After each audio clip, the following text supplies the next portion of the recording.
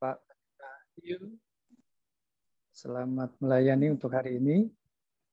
Sebelum kita mendengarkan firman Tuhan, saya ajak kita semua untuk memuji dan memuliakan nama Tuhan.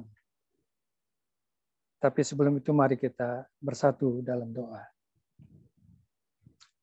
Haleluya. Allah Bapa yang Maha Kasih, segala hormat, puji, dan syukur kami naikkan ke hadirat-Mu ya Bapa.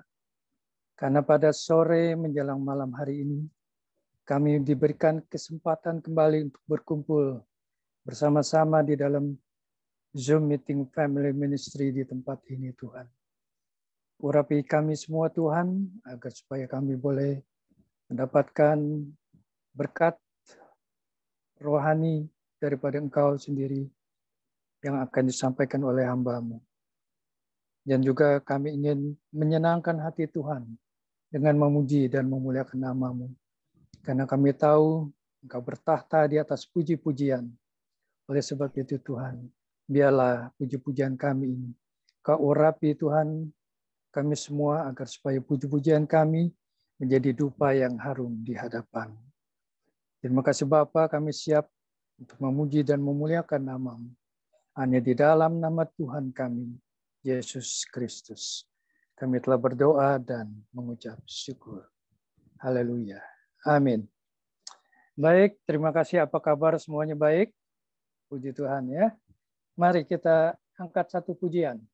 Semuanya boleh ikut bernyanyi, tapi mic-nya boleh tolong di off dulu ya sementara.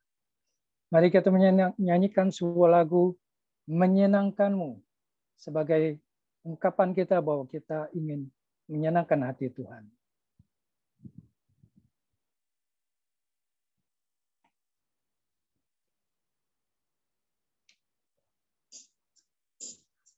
The Bluetooth device is ready to pair.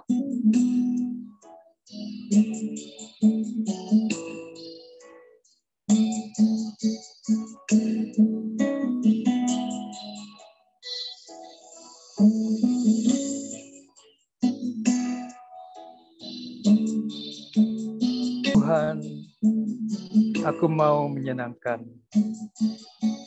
Tuhan, bentuklah hati ini menjadi bejana untuk hormat-Mu, cemerlang bagai emas murni.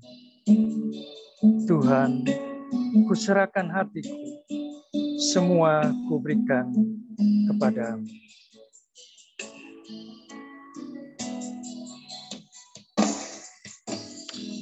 Tuhan, kuserahkan hatiku,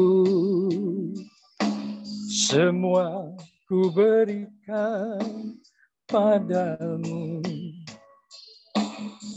Kuduskan hingga tulus selalu, agar aku menyenangkan-Mu, menyenangkan-Mu, senangkan-Mu. Hanya itu kerinduanku, menyenangkan-Mu, senangkan hatimu. Hanya itu kerinduanku, hanya itu kerinduanku.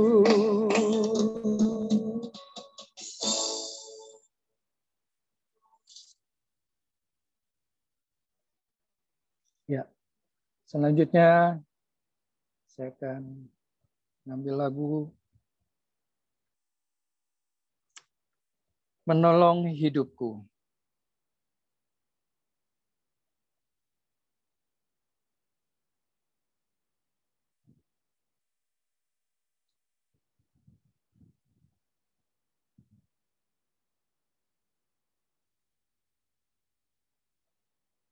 Sebentar.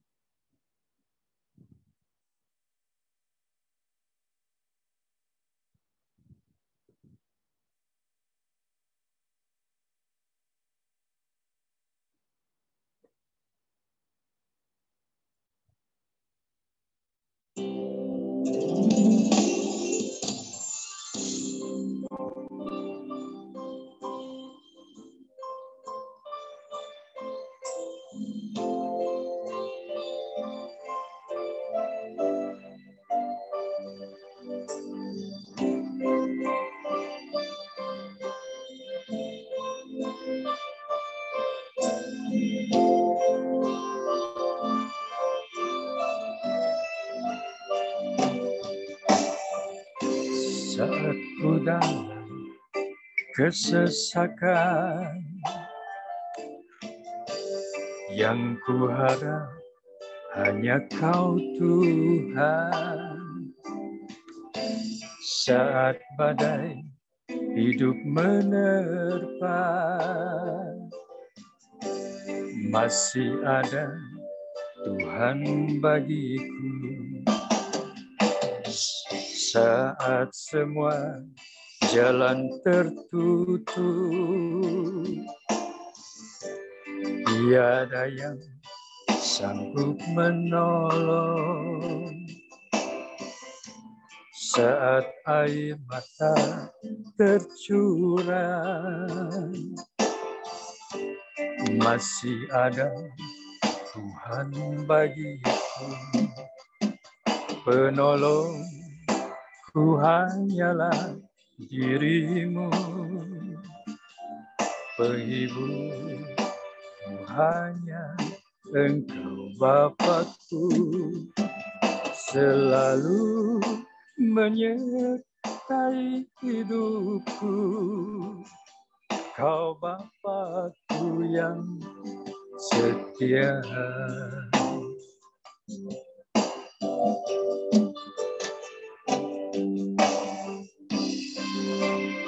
Saat ku dalam kesesakan, yang ku harap hanya Kau Tuhan. Saat badai hidup menerpa, masih ada Tuhan bagiku.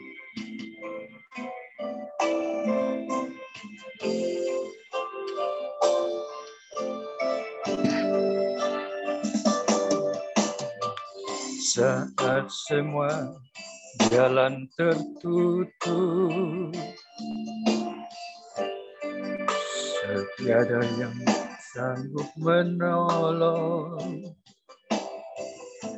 Saat air mata tercurah, masih ada Tuhan bagiku. Penolong ku hanyalah dirimu, penghibur ku hanya Engkau Bapa-Ku, selalu menyertai hidupku. Kau Bapa-Ku yang setia.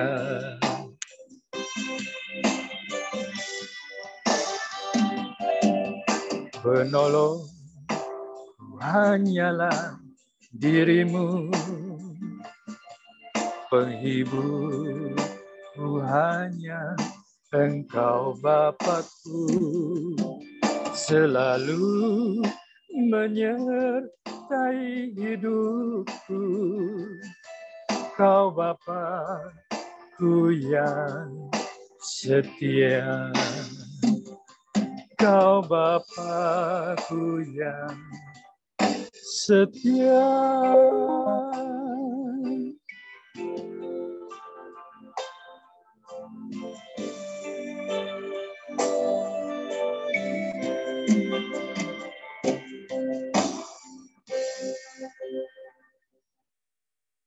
Amin. Saya persilakan Pak Pendeta Hendra Winata untuk buka kita dalam doa pembukaan. Oke, kita doa ya. Bapa kami yang dalam surga, Tuhan, terima kasih pada sore hari ini. Kau telah mengumpulkan kami kembali ya Tuhan. Biar ibadah kami ini menyenangkan hati-Mu ya Bapak. Kau berkati kami satu persatu, Tuhan, urapi. Lebih lagi hamba-Mu yang akan menyampaikan firman-Mu, Pak Iu. Kiranya Engkau beri kekuatan dan iman yang teguh, agar ia dapat menyampaikan firman-Mu dan menyenangkan hati-Mu ya Bapak. Dalam kuasa kegelapan dan roh-roh jahat yang mengganggunya, tolak hancurkan dalam nama Yesus. Dalam nama Yesus. Hamba-Mu serahkan semua ke dalam tangan-Mu. Di dalam nama Haleluya. Amin. Amin. Ya, amin. Amin. Terima kasih Pak Hendra. Baiklah, sebelum kita masuk ke ruang kesaksian, kita akan menyanyikan satu lagu lagi, sebuah lagu yang berjudul damai bersamamu.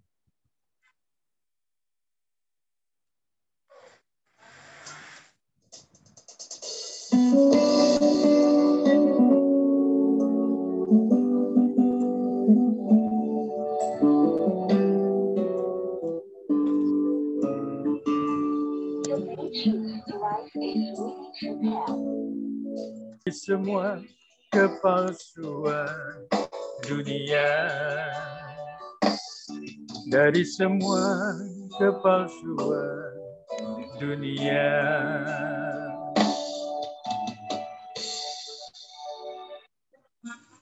Ya, saya persilakan bagi Bapak Ibu yang ingin menyaksikan kebaikan Tuhan, ruang kesaksian saya buka. Silakan.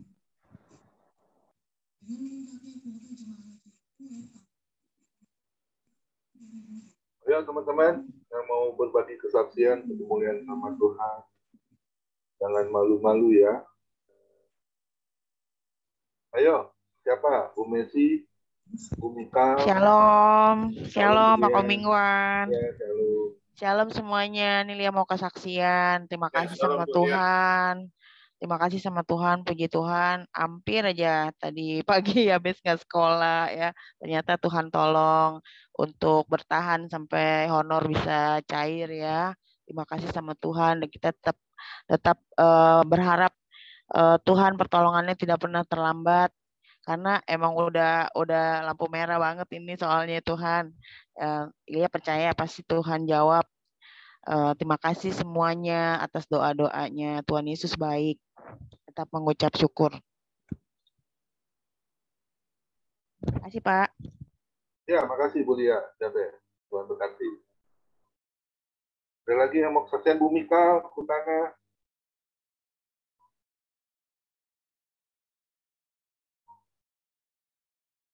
Bu Messi, Ayo Gutop. Ayo teman-teman. Tuhan untung. Ya Pak. Ya, silakan Bu Messi.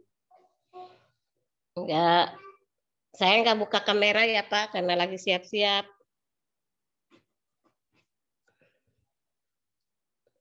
Terima kasih. Tuhan Yesus baik. Kalau kita boleh ada sampai hari ini, semua karena kasih anugerah Tuhan. Ya, saya kemarin tuh sampai bingung ya Pak.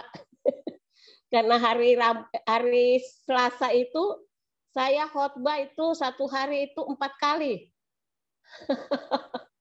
Tadinya saya udah mau bilang sama Pak Komingguan bahwa saya ganti jadwal. Tapi saya sudah berapa kali ganti jadwal. Saya bilang Tuhan tolong mampukan saya supaya saya bisa melayani. Memang sih semuanya puji Tuhannya semuanya pelayanannya tuh melalui Zoom. Ya. Jadi udah itu juga jam-jamnya berbeda-beda ya. Yang pagi itu jam 10, terus jam 1, terus jam 4:30, terus jam 7 gereja. Haleluya. Jadi Tuhan itu berikan saya kemampuan, kekuatan, puji Tuhan, semuanya boleh berjalan semua karena kasih anugerah Tuhan. Memang kalau kita disuruh Tuhan harus mau ya, mesti taat ya. Saya baru kemarin bilang firman Tuhan ya harus taat. Ya dikasih bingung saya. Bingung kebanyakan. Waduh Tuhan kok pas harinya gitu ya. Tapi saya bersyukur ya Tuhan gitu baik. Kalau Tuhan memang yang suruh kita, Tuhan kasih kemampuan ya, berikan kita hikmat. Dan hari ini juga saya juga melayani firman di gereja ya. Jadi saya jam 5:30 saya pamit karena saya harus jalan cukup jauh ya 1 jam lebih. Dan saya minta bantuan doa supaya dimanapun saya berada biar Tuhan yang dimuliakan ya. Kalau kita bisa melayani itu anugerah ya, tidak semua orang bisa melayani. Tapi kalau Tuhan masih beri kita kesempatan untuk bisa melayani, mari kita mau beri yang terbaik bagi Tuhan. Dan saya percaya jeripaya kita dalam Tuhan itu tidak sia-sia. Tuhan Yesus memberkati. Terima kasih Pak Komingwan dan semua teman-teman. Tuhan Yesus berkati. Selamat melayani Bu Messi. Ya, terima kasih Pak Dirikson. Ya, luar biasa Bu Messi ya. Selamat melayani, hati-hati di jalan Bu Messi. Ya, makasih Selamat Pak. kasih. Terima kasih. Ya, Bu Mikal Kutana boleh. Saksian Bu Mikal.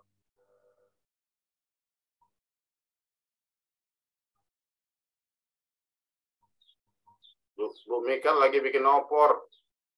Haleluya. Ya, kalau sudah tidak ada, boleh lanjut Pak Joni. Oke, baik.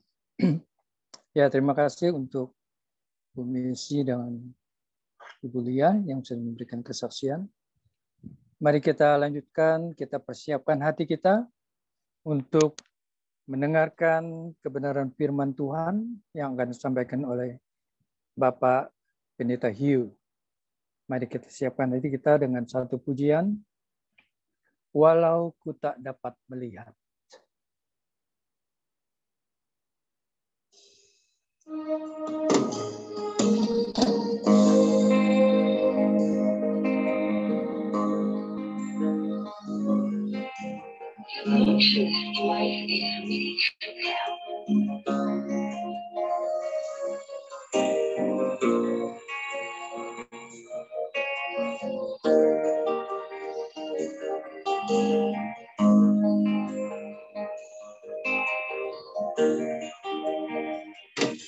Ku sadar tak semua dapat aku miliki di dalam hidupku, hatiku percaya rancanganmu bagiku adalah yang terbaik. Walau ku tak dapat melihat semua rencanamu, Tuhan, namun hatiku tetap memandang padamu. Kau tuntun langkahku, walau ku tak dapat berharap atas kenyataan hidupku, namun hatiku tetap memandang padamu. Kau ada untukku.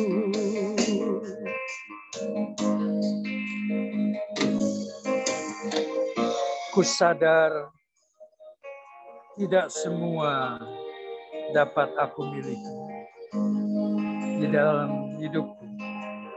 Hatiku percaya rancanganmu baik bagiku. Semua dapat aku miliki di dalam hidupku. Hatiku percaya rancanganmu bagiku adalah yang terbaik. Walau ku tak dapat melihat semua rencanamu, Tuhan, namun hatiku tetap memandang padamu. Kau tuntun langkahku, walau ku tak dapat berharap atas kenyataan hidupku, namun hatiku tetap memandang padamu. Kau ada untukku, walau ku tak dapat melihat semua rencanamu Tuhan. Namun hatiku tetap memandang padamu, kau tuntun langkahku. Walau ku tak dapat berharap atas kenyataan hidupku, namun hatiku tetap memandang padamu, kau ada untukku. Namun hatiku tetap memandang padamu, kau ada untukku.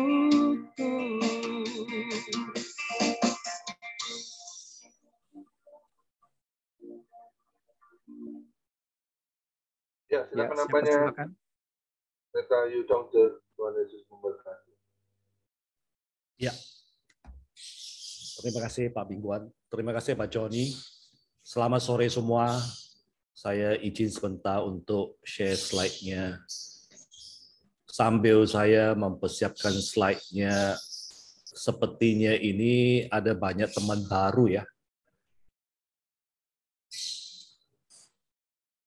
Oke.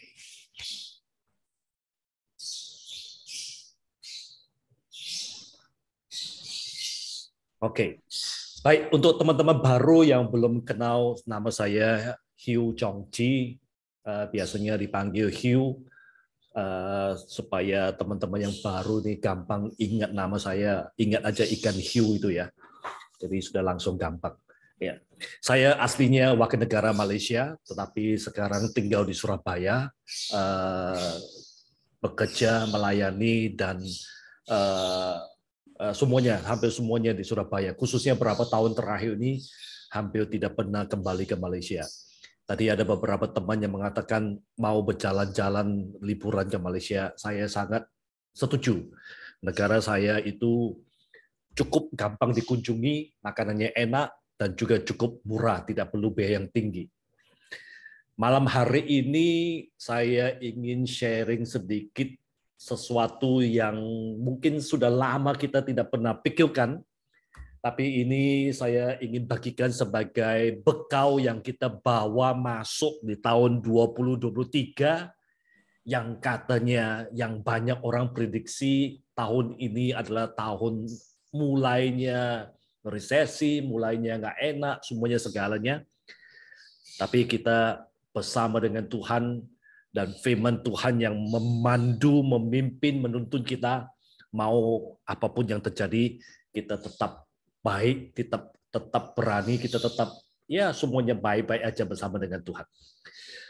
Nah, yang saya ingin bagikan yang pertama ini, saya mau beberapa ayat sebagai dasar dulu, yang saya ambil dari Titus pasal 2 ayat 11 sampai ayat 14. Ya. Saya tidak akan membacakan, tapi saya akan menjelaskan sedikit. Kalau Anda melihat di awal perikop ini, Paulus berbicara tentang kasih karunia Allah. Kemudian Paulus mengatakan, ia mendidik. Paulus ini sedang membicara bahwa kasih karunia Allah itu mendidik kita. Kasih karunia Allah itu mengajar bagaimana kita menjalankan hidup kita. Ayat 12 Anda bisa melihat kasih karunia itu mengajar kita ini hidup bijaksana, hidup adil, hidup beribadah. Nah, itu berbicara tentang karakter Kristen. Seorang Kristen itu seharusnya dan memang sewajarnya hidup bijaksana, adil, rajin beribadah. Ini bicara tentang karakter Kristen. Kemudian kalau Anda melihat di ayat 13 itu berbicara tentang dasar hidup kita, dasar kita menjalankan hidup kita, yaitu mengharapkan kedatangan Yesus kembali. Yesus yang di sini dikatakan bahwa Yesus menyerahkan dirinya bagi kita di kayu salib Untuk apa? Untuk supaya dia dapat menebus dan membebaskan kita dari setiap perbuatan melanggar hukum dan juga menyucikan bagi dirinya suatu umat. Kita ini ditebus, disucikan bagi Kristus sebagai umat yang istimewa. Ya, umat kepunyaannya sendiri. Umat yang bagaimana? Umat yang rajin berbuat baik. Umat yang rajin, umat yang semangat melakukan pekerjaan yang baik. Jadi Anda bisa melihat kasih karunia selalu berakhir dengan perbuatan baik. Ya, kalau Anda membaca Efesus pasal 2 ayat 8, 9, 10 juga mengatakan hal yang sama.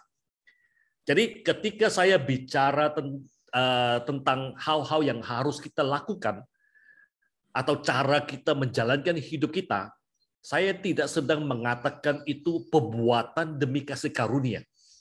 Sebaliknya, semua itu adalah produk kasih karunia atau hasil dari kasih karunia.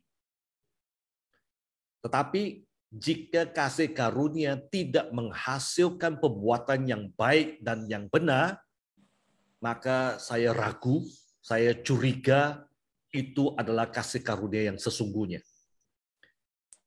Nah, kemarin waktu saya di WA oleh Pak Mingguan, ya saya ditanya mau tema apa, saya ini tidak begitu suka tema, tapi saya akan bicara dari Mazmur pasal 15.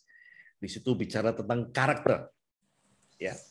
Jadi Anda bisa melihat karakter Kristen itu datang melalui salib. Melalui salib kita mendapat kasih karunia, dan kasih karunia yang kita dapatkan itu selalu menghasilkan perbuatan yang baik, selalu menghasilkan perbuatan yang benar. Nah, sekarang mari kita lihat karakter apa yang Tuhan harapkan, dan ini bisa ditemukan di Mazmur pasal 15. Dan Mazmur pasal 15 ini dimulai dengan satu simple. Mazmur ini hanya diberi judul Mazmur Daud. Bahasa Inggrisnya A Psalm of David. Dalam Mazmur ini, Daud merenungkan karakter orang yang dapat diterima di hadirat Tuhan.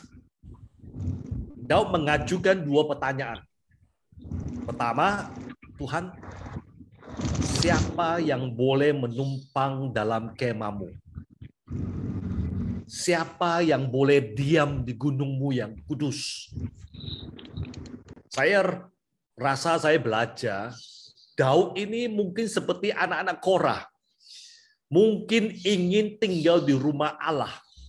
Ya, seperti kita baca di Mazmur pasal 84, Mazmur ya pasal 84 ayat 2 sampai 4, dilanjutkan lagi Mazmur 84 ayat 10. Ya. Seperti anak-anak Korah, Daud itu ingin tinggal dalam rumah Tuhan, tetapi itu tidak memungkinkan karena Daud bukan seorang imam. Nah, sekarang kalau Anda melihat pertanyaan yang pertama, Tuhan, siapa yang boleh menumpang? Siapa yang boleh menumpang dalam kemah-Mu? Kata yang diterjemahkan menumpang, yang berarti tinggal, dapat dari bahasa aslinya dapat dianggap lebih kepada persinggahan. Itu menggambarkan kunjungan, ya, mengunjung. Ini adalah sopan santun, kebiasaan, keramahan orang-orang di timur tengah, timur dekat kuno itu, bagaimana mereka memperlakukan orang yang tinggal atau mau berkunjung dalam kemah, ya, satu keramahan tama itu, ya.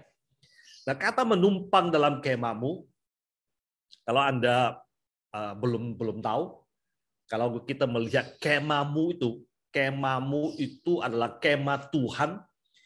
Itu adalah kemah pertemuan besar yang Tuhan katakan kepada Musa dan orang Israel. Mereka diperintahkan Musa untuk buatkan. Nah, kemah ini sudah bertahan selama berabad-abad. Kalau saya belajar, dari perintah Tuhan kepada Musa sampai kepada Mazmur yang tadi kita Mazmur 15 itu sudah kurang lebih 400 tahun. Kemah ini bertahan lama sekali. Dan pada waktu Daud berbicara dalam Mazmur 15 itu, kemah ini sepertinya berada di Gibon. Ya, kalau Anda bikin membaca, Anda bisa membaca di 1 Tawarekh pasal 16 ayat 39 sampai 40. Nah, kemahmu itu yang kita kenal dalam bahasa Indonesia itu atau juga bahasa Inggris adalah tabernacle. Ya, tabernacle ini terdiri daripada kemah yang luar, perantara, lepas itu ada ruang kudus, ruangan maha kudus. Tempat ruangan maha kudus itu adalah di mana manusia bertemu dengan Tuhan. Ya, melalui pekerjaan para imam, melalui praktek pengorbanan, di situ Tuhan bisa bertemu dengan manusia. Ketika Daud bertanya, siapa yang boleh menumpang dalam kemahmu? Yang saya belajar dan saya coba menggali pikiran Daud itu adalah Daud memiliki satu kerinduan untuk tinggal di kemah Tuhan. Itu sebenarnya ingin tinggal di dalam hadirat Tuhan. Daud itu sedang memikirkan kehidupan di hadirat Tuhan. Hidup bersama-sama dengan Tuhan, berjalan dalam satu persekutuan yang erat dengan Tuhan, hati, pikiran, kehidupan, semua itu sejalan dengan hati, pikiran, dan kehidupan Tuhan. Itu yang Daud inginkan sebenarnya ketika Daud bertanya tentang menumpang dalam kemahmu. Lepas itu pengajuan Daud pertanyaan yang kedua, siapa yang boleh diam di gunungmu yang kudus? Daud di sini ini sebenarnya memakai satu teknik orang-orang Israel atau bangsa Yahudi, bagaimana mereka mengulangi pertanyaan yang sama seperti pertanyaan yang pertama itu. Tetapi kata di sini ada kata yang diam. Tadi kan menumpang. Tapi di sini Daud memakai kata diam. Daud bertanya, siapa yang boleh diam? Kata diam di sini punya arti yang lebih kekal, lebih permanen daripada menumpang. Menumpang itu hanya sementara. Kalau diam itu selamanya, ya. Nah, dari dua pertanyaan ini, saya membayangkan Daud itu sebenarnya sedang menulis dengan pertanyaan, siapa yang boleh diterima sebagai tamu di dalam kemah Allah? Menikmati semua perlindungan dari keramahan Tuhan. Dan dia juga mengajukan pertanyaan yang kedua, siapa yang boleh hidup sebagai warga di gunung sucinya? Nah, inilah yang ditanyakan oleh Daud. Saya ingin mengajukan pertanyaan yang sama kepada saudara-saudara, teman-teman yang hadir di Zoom hari ini. Siapa di antara Anda ingin seperti Daud, diam di hadirat Tuhan, diam sebagai warga di gunung sucinya, hidup bersama Tuhan di dalam hadiratnya? Saya cukup yakin bahwa hampir setiap kita pasti ingin itu. Dan saya berani berkata, ketika kita diam, tinggal, menumpang dalam hadirat Tuhan, kita ini hidup di bawah kedaulatan Tuhan, kita hidup dalam perlindungan Tuhan, kita hidup dalam keramahan Tuhan. Tahun 2023, mau apapun itu bukan prioritas, karena kita berada dalam kedaulatan Tuhan. Kita berada dalam perlindungan Tuhan. Tidak perlu ada kekhawatiran, tidak perlu ada ketakutan. Ini bagian baiknya. Selanjutnya dari Mazmur pasal 15, dari ayat 2 sampai selesai, sampai ayat ke-5, di situ ada tipe-tipe orang, tipe-tipe karakter orang yang dikatakan boleh tinggal, boleh menumpang di dalam hadirat Tuhan. Saya berharap nanti dari ayat 2 sampai ayat ke-5, Ketika saya menjelaskan biarlah ayat-ayat ini menjadi cermin kepada kita secara pribadi untuk melihat dalam diri kita. Apakah yang dikatakan ayat-ayat selanjutnya dari Mazmur 15 itu ada yang mengenal kita, ada yang bersangkutan dengan kita. Kalau ada yang bersangkutan dengan kita, mungkin kita perlu bertobat. Mungkin kita perlu berubah. Saya ingin mengatakan tidak perlu memakai ayat selanjutnya untuk mengatakan pihak lain. Biarlah ayat selanjutnya itu menjadi cermin kepada kita secara pribadi, secara masing-masing. Saya sudah pernah melakukan itu, dan saya belajar terus, dan saya berdoa dan mengharapkan Anda juga bisa melakukan, sehingga kita semakin hari semakin memiliki karakter Kristus. Semakin hari semakin menghargai kasih karunia yang sudah kita terima, semakin hari melakukan pekerjaan yang baik, melakukan pekerjaan yang benar sebagai manifestasi dari kasih karunia yang kita terima. Baik, kita akan mulai dari ayat yang kedua. Ayat kedua mengatakan, yaitu dia yang berlaku tidak bercelah, yang melakukan apa yang adil, dan yang mengatakan kebenaran dengan segenap hatinya. Dari satu ayat ini sudah ada 3 karakter. Hidup di hadirat Allah. Daud memulai dengan 2 gambaran umum. Yang pertama, berlaku tidak bercelah. Yang kedua, melakukan apa yang adil. Dalam bahasa Inggris, walk uprightly, work righteously. Kalau saya terjemahkan secara bebas ke dalam bahasa Indonesia, yaitu berjalan dengan lurus, melakukan kebenaran.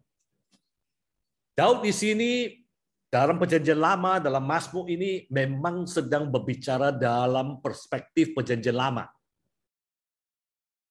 Meskipun Perjanjian Lama itu memberi tempat yang penting untuk pengorbanan, tempat yang penting untuk pendamaian melalui darah, saya ingin mengatakan berkat dan kutuk pada Perjanjian Lama itu juga didasarkan pada ketaatan. Tadi Bu Messi juga sempat bicara tentang ketaatan ya. Kalau Anda membaca Imamat pasal 26, Ulangan pasal 24, itu berkat dan kutuk itu berdasarkan pada ketaatan seorang. Nah, di sana saya belajar, orang yang tidak taat tidak bisa mengharapkan berkat. Termasuk berkat kehadiran Tuhan. Tapi bersyukurlah, dalam Perjanjian Baru itu memberi dasar yang sangat berbeda. Khususnya berkat dan hubungan dengan Allah. Karya Kristus di kayu salib itu membereskan hubungan kita dengan Tuhan. Nah, di Perjanjian Baru, iman kita, bukan kinerja kita, itu adalah dasar untuk berkat. Tapi prinsip Daud juga benar, prinsip Daud juga akurat di bawah Perjanjian Baru. Dalam pengertian begini, perilaku hidup seseorang adalah cerminan dari persekutuannya dengan Tuhan. Jadi, perilaku karakter seseorang adalah gambaran atau manifestasi dari persekutuannya dengan Tuhan. Anda bisa membaca di 1 Yohanes pasal 1 ayat 6. Di sana tertulis, jika kita kata bahwa kita beroleh persekutuan dengan Dia, namun kita hidup dalam kegelapan, kita berdusta, dan kita tidak melakukan kebenaran. Makanya persekutuan kita dengan Allah itu menghasilkan bagaimana kita menjalankan hidup kita. Jadi kita dapat mengatakan bahwa di Perjanjian Lama, jalan yang benar, hidup yang benar itu adalah prasyarat untuk bersekutu dengan Tuhan. Dalam Perjanjian Lama, hidup yang benar, taat, jalan yang benar, jalan yang lurus, itu adalah syarat untuk bersekutu dengan Tuhan.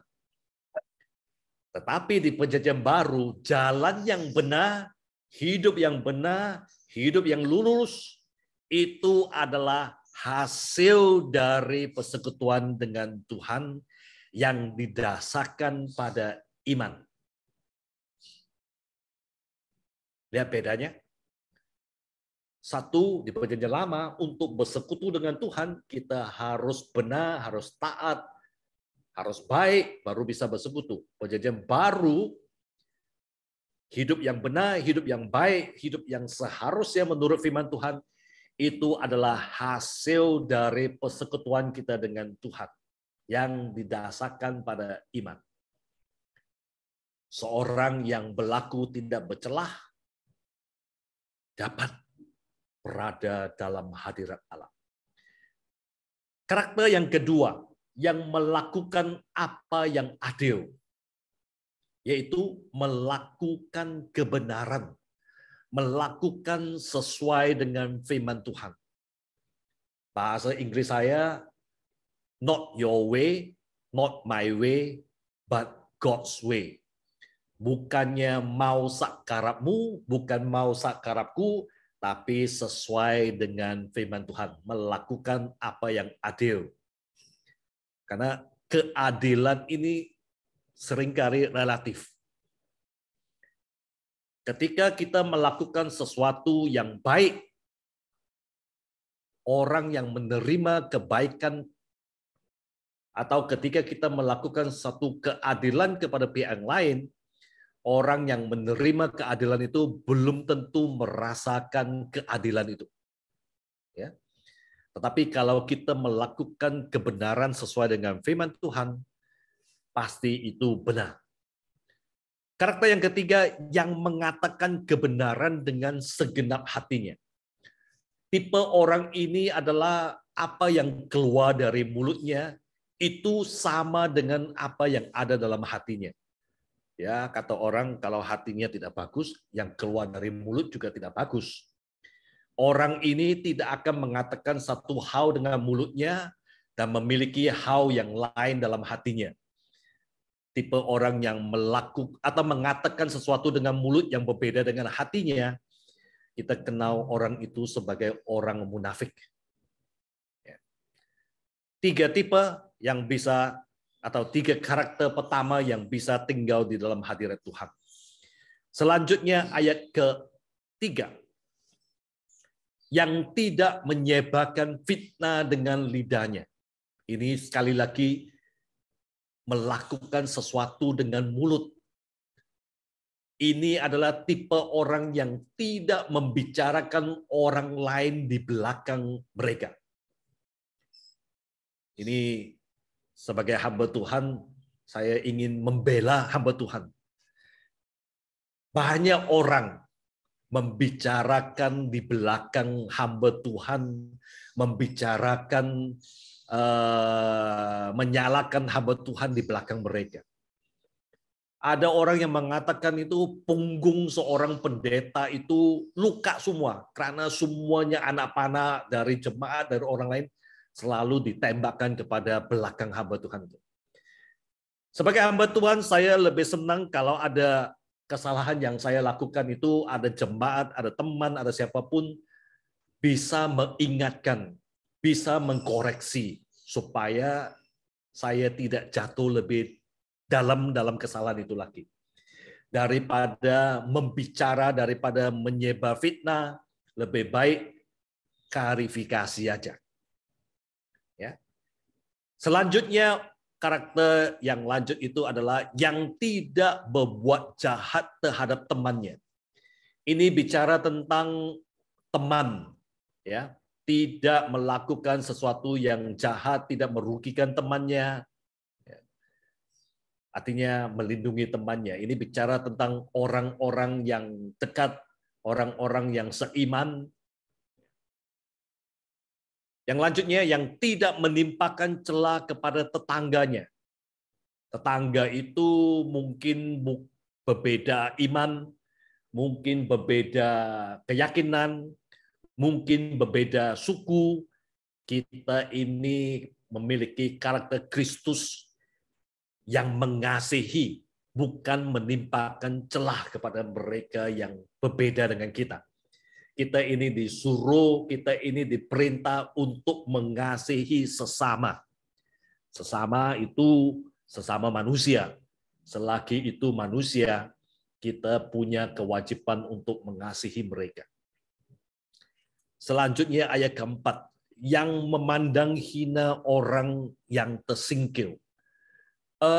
Dalam bahasa Indonesia ini, waktu pertama kali saya membaca ini agak membingungkan. Tetapi kalau saya membaca dalam bahasa Inggris, itu saya lebih mengerti. Ya. Kata bahasa Indonesia itu, yang memandang hina orang yang tersingkir itu, bayangan saya, pengertian saya itu, memandang hina orang yang rendah. Padahal dalam bahasa aslinya, bahasa Inggris, itu tidak memandang hina orang yang tersingkir. Maksudnya begini, orang ini memiliki karakter tidak tunduk di hadapan orang jahat. Bahkan orang jahat ini punya posisi penting, punya status yang lebih tinggi kalau dia adalah orang yang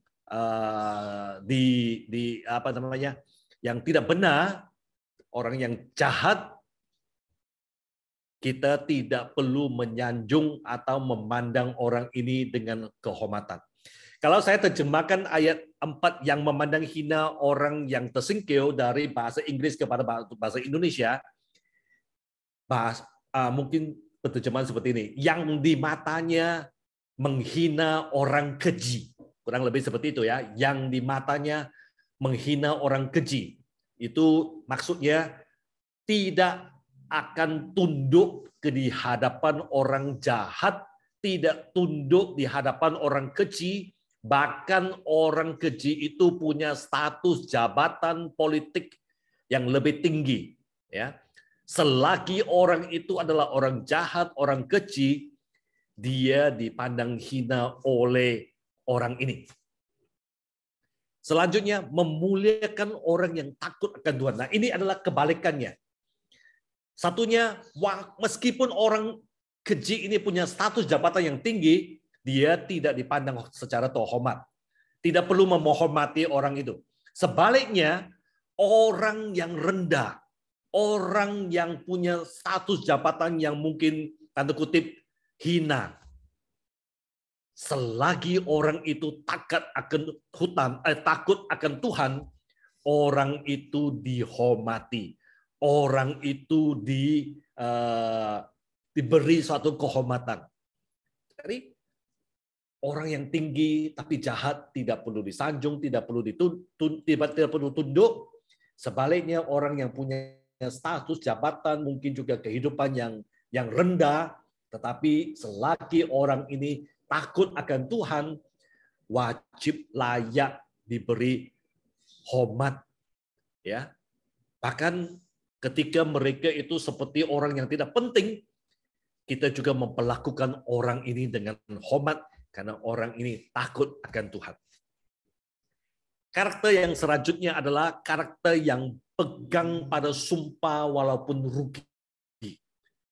Ketika sudah membuat satu komitmen, karakter orang ini akan pegang teguh kepada komitmen itu. Meskipun harus menanggung kerugian. Meskipun harus bahasanya berdarah-darah, tetapi karena sudah melakukan satu komitmen, tetap pegang pada komitmen itu. Selanjutnya ayat yang kelima, yang tidak meminjamkan uangnya dengan makan riba. Ini juga dalam bahasa Indonesia saya tidak begitu jelas, tapi saya baca dari bahasa Inggris dan juga dari bahasa asli. Pengertian saya dari bahasa asli itu adalah karakter orang ini atau orang ini tidak mengeluarkan uangnya dengan meminta riba. Dia tidak akan mengambil riba, tidak mengambil bunga dari seseorang yang meminjam uang daripada dia. Maksud dari ayat ini adalah dia tidak akan mengeluarkan uangnya dengan mengambil keuntungan dari seseorang yang sedang minta bantuan. Jadi supaya lebih jelas mungkin ilustrasinya begini. Kalau ada seseorang dalam Tuhan datang kepada saya dan berkata, saya butuh bantuan, saya perlu dana, bisakah Anda bantu saya? Akan sangat salah bagi saya untuk membebankan bunga kepada orang ini. Saya ini sedang mengambil keuntungan dari persoalan, saya sedang mengambil keuntungan dari pergumulan orang lain. Nah, ini adalah karakter yang sangat tidak disukai oleh Tuhan. Kalau mau membantu, bantu. Tidak perlu meminjamkan uangnya dengan menarik bunga. Ya. Tidak perlu mengeluarkan uang memberi bantuan, tetapi mengambil keuntungan untuk pribadi. Nah, Daud sedang menggambarkan seseorang yang ingin menjalankan kehidupan yang benar dalam hal keuangan. Tidak mengambil keuntungan dari masalah, tidak mengambil keuntungan dari penderitaan orang lain. Inilah karakter yang bisa hidup dalam hadirat Tuhan. Yang terakhir, tidak menerima suap melawan orang yang tak bersalah.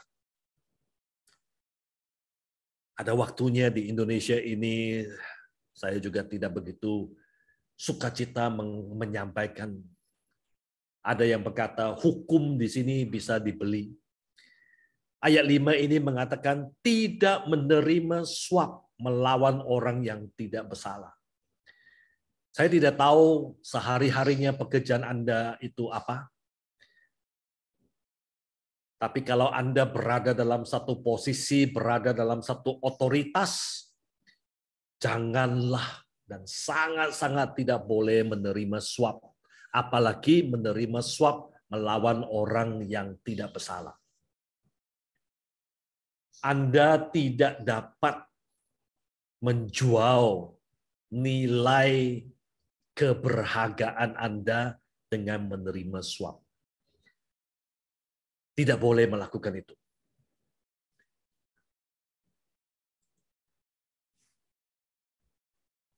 Mazmur 15 ayat 2 sampai ayat ke-5.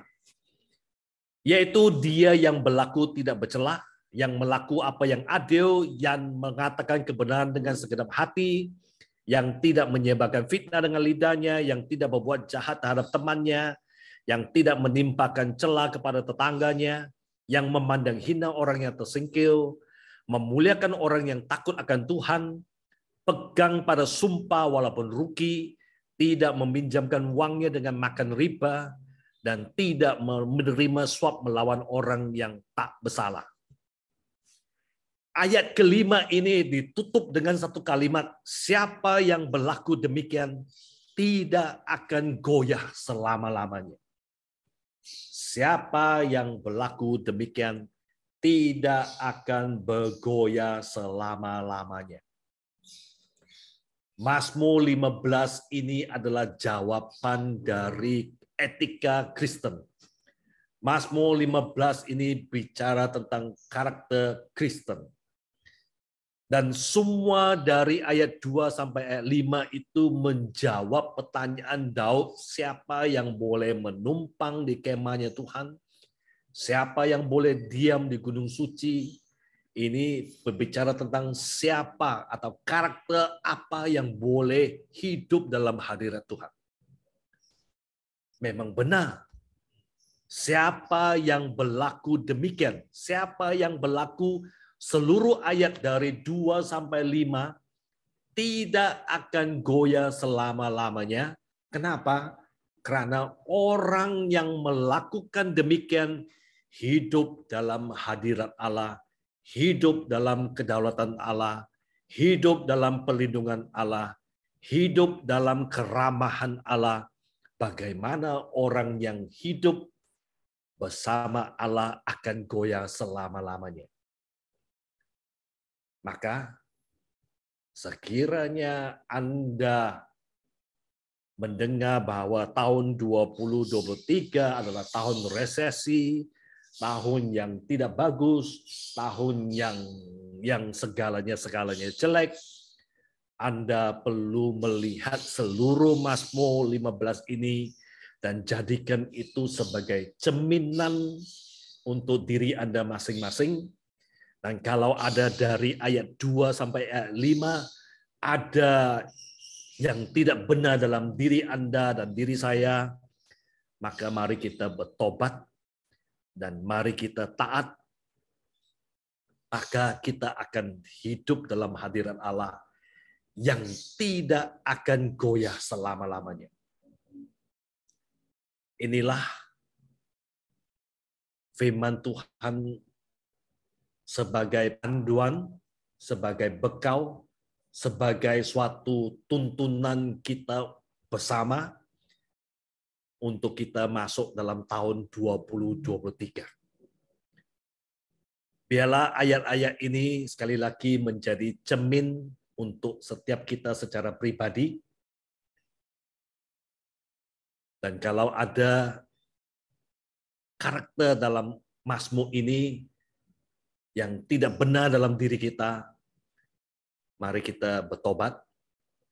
Dan ketika kita melihat ada karakter yang belum kita sanggup lakukan, mari kita berdoa dan minta, mohon Tuhan mampukan, Tuhan beri kekuatan supaya kita bisa melakukan seluruh ini sebagai manifestasi dari kasih karunia yang sudah kita terima. Terima kasih Pak Mingguan untuk waktunya. Saya kembalikan kepada Pak Joni sebagai host hari ini. Tuhan berkati semua. Boleh tutup dalam doa dulu, Pak Pendeta Hugh. Baik, mari kita berdoa. Bapa yang di surga, kami bersyukur meskipun kami berada dari kota yang berbeda-beda, bahkan ada yang di luar negeri. Saya lihat ada Bu Christine dari Perancis. Kami diberi kesempatan berkumpul, bersekutu, berdiskusi firman-Mu Tuhan. Sore hari ini kita bicara tentang karakter yang Tuhan inginkan, karakter yang dihasilkan dari kasih karunia. Bapak, kami masih sangat kurang, kami masih sangat lemah, kami perlu pertolongan dari Engkau supaya kami bisa melakukan kehendak-Mu. Tuhan mampukan setiap kami untuk belajar, untuk mengerti firman-Mu, untuk mengerti keinginan dari setiap diri kita.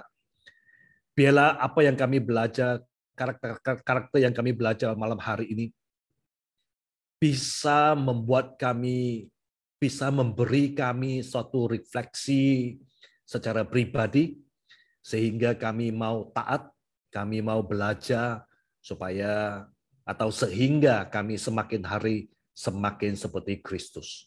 Di dalam nama Tuhan Yesus kami berdoa. Amin.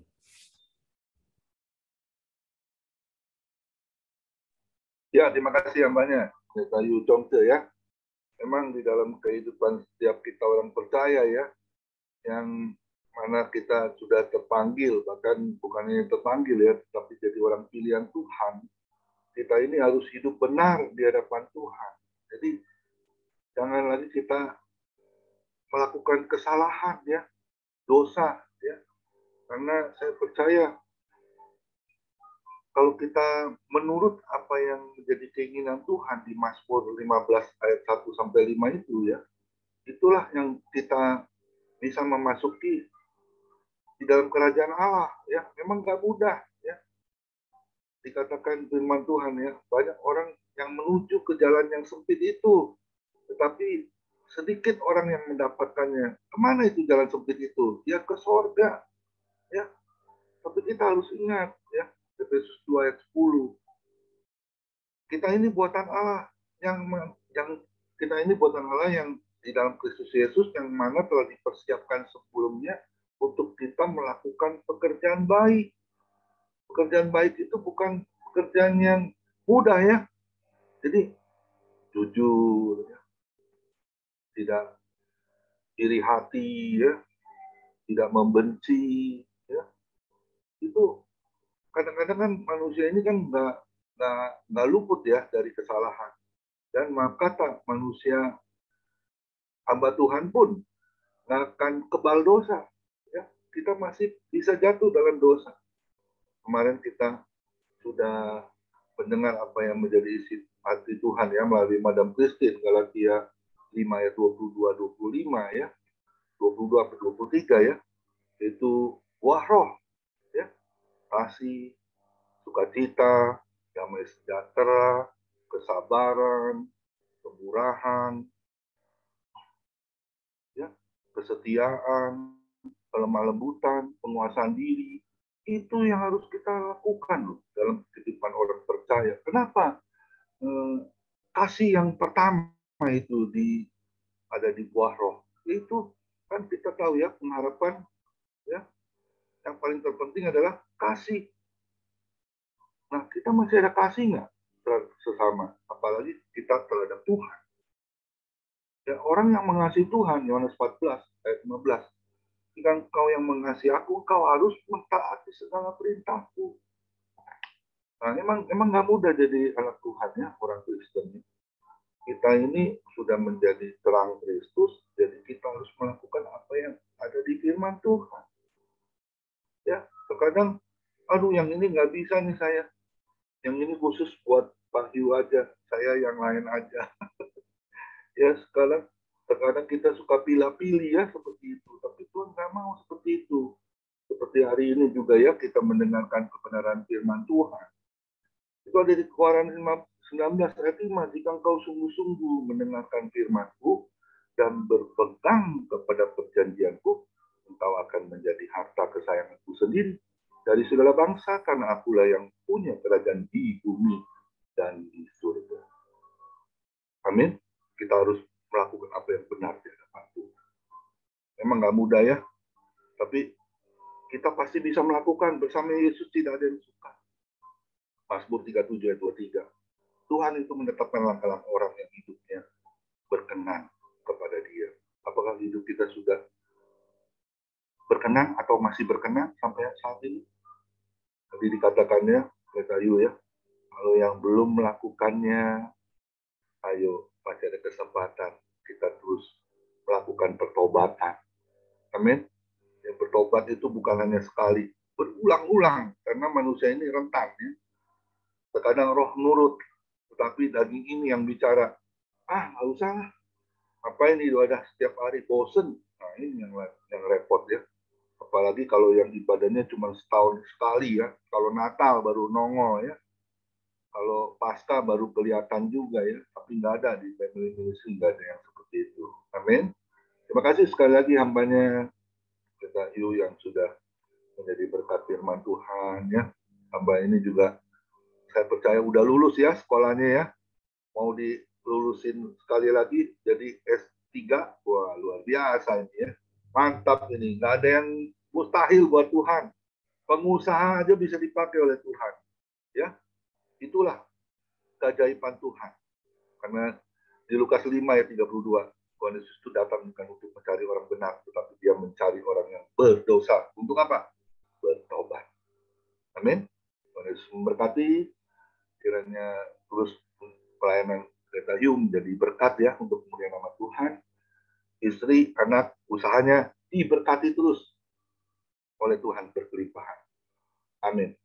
Silakan Pendeta Derikson untuk menyanyikan sebuah lagu atau menampilkan untuk besok ibadah. Nah, besok kita akan dilayani oleh Bapak Dini Setiawan ya, yang temanya kasih dan pengampunan ya.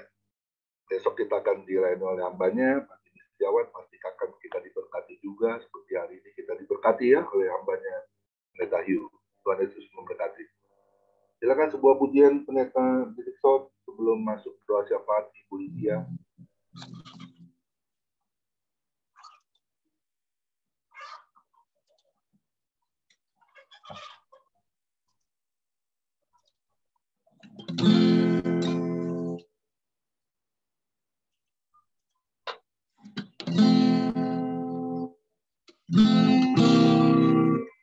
besar anugerah-Mu. Terima kasih buat hambanya. Kita akan berdoa syafaat. Ku ada sebagai mana ku ada, berdiri menghadap tatamu Bapa. Semua karena anugerah-Mu yang telah selamatkanku.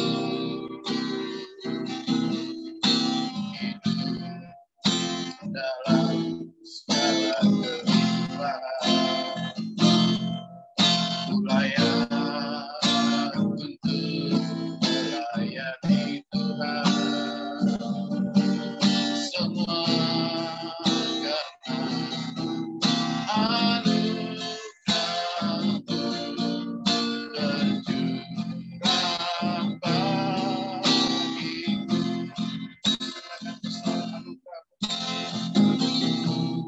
Besar anugerah-Mu melimpah kasih-Mu, semakin hari semakin bertambah besar anugerah-Mu. Hidup dalam segala kelimpahan,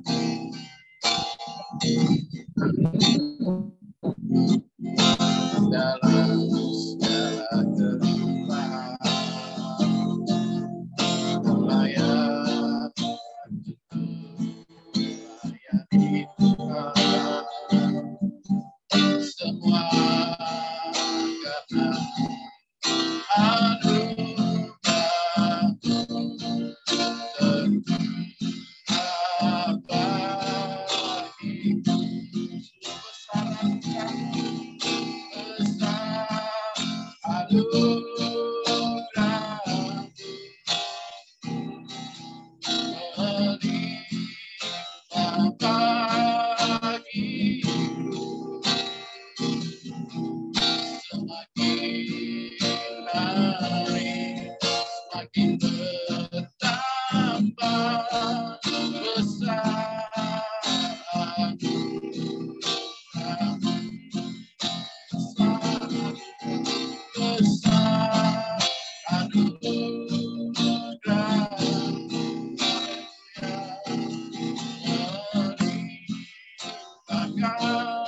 kasih-Mu,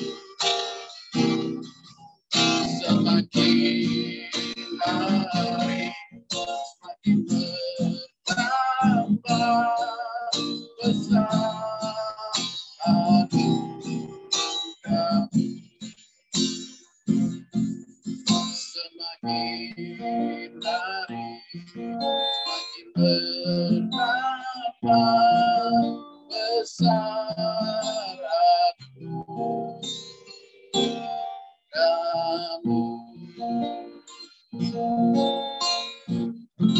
Haleluya.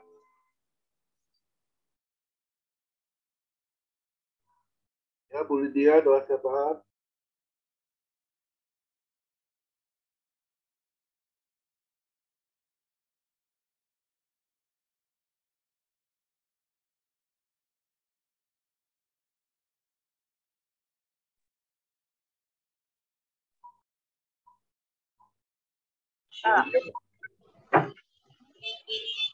Siapa Pak?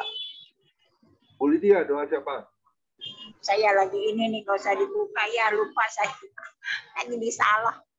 Ya, kita satu dalam doa ya. Bapa kami dalam surga, kami boleh bersyukur, terima kasih di sore hari ini kami bisa mendengarkan firman-Mu kembali yang menjadi satu pegangan di dalam hidup kami supaya hidup kami bisa memuliakan nama Tuhan, bisa meninggikan dipercayakan Tuhan, bahkan bisa hidup di dalam kasih-Mu ya Bapa.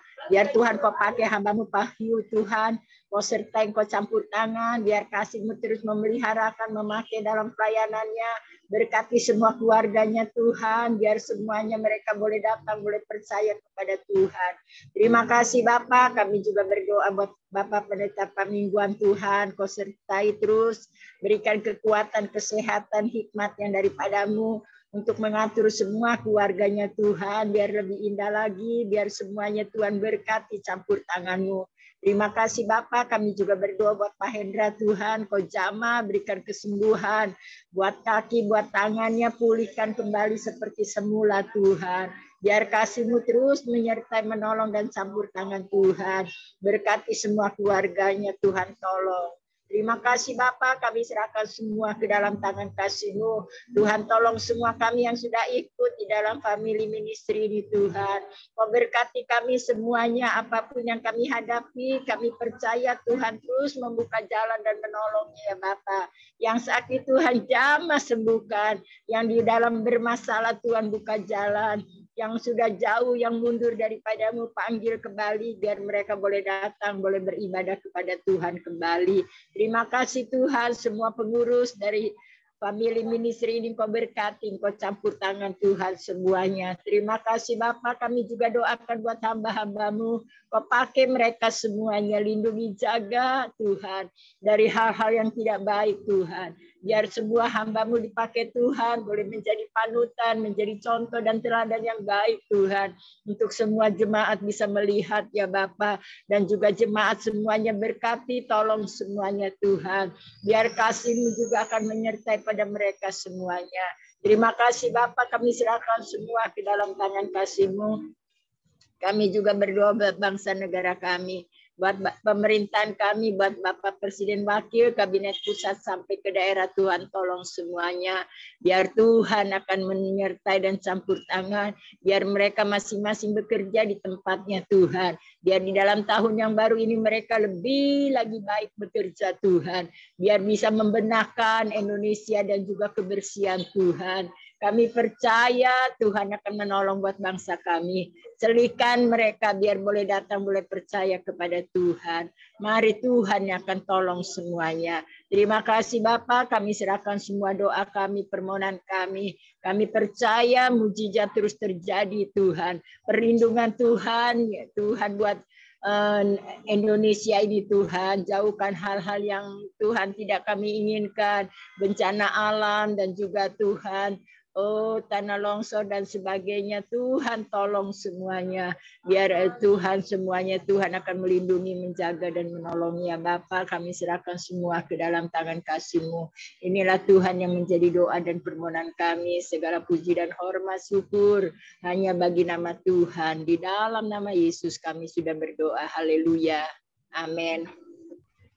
Mari kita angkat kedua tangan kita. Kita terima berkat yang datangnya dari Tuhan Yesus Kristus. Tuhan Yesus Kristus adalah kekuatan dan perisaiku, kepadamu lah kami semua percaya. Tuhan Yesus memberkati engkau dan Tuhan Yesus melindungi engkau. Tuhan Yesus menyinari engkau dengan wajahnya dan memberi engkau kasih karunia. Dan Tuhan Yesus menghadapkan wajahnya kepada kita semua yang hadir, memberi damai sejahtera. Kiranya Tuhan Yesus memberkati kesehatan Bapak, Ibu, anak, mantu, cucu, semuanya dalam perlindungan Tuhan Yesus yang sempurna.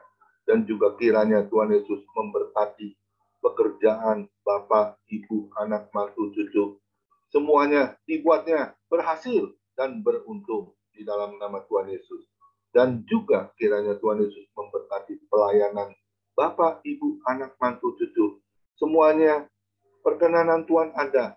Hati Tuhan Yesus disenangkan, nama Tuhan Yesus dipermuliakan, diagungkan, dan ditinggikan. Sampai Tuhan Yesus datang, di awan-awan yang permai, menjemput kita, orang-orang yang saleh, yang sudah diberkati, sama-sama kita setuju katakan, amin. Tuhan Yesus memberkati kita semua.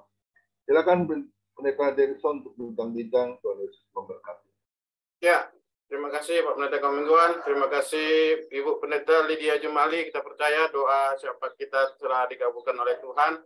Terima kasih buat hambanya Pak Pastor Hiu dari Surabaya, asli dari Malaysia, dan kru anak juga di Selandia Baru. Kiranya Tuhan selalu memberkati ya. Tuhan berkati. Bisa kita bayangkan bagaimana ketika pandemi terpisah dengan keluarga ya, Pastor ya. Kita juga udah lama baru ini ketemu Pak Pastor ya. Jadi kita bersyukur tadi dengar dari hambanya Pak Pendeta Komingguan bahwa hambanya juga sedang melanjut ke S3. Kita doakan juga supaya menjadi berkat bagi semua orang, menjadi hamba Tuhan. Apalagi menghadapi zaman yang penuh dengan penyesatan ini, debater juga ya kan.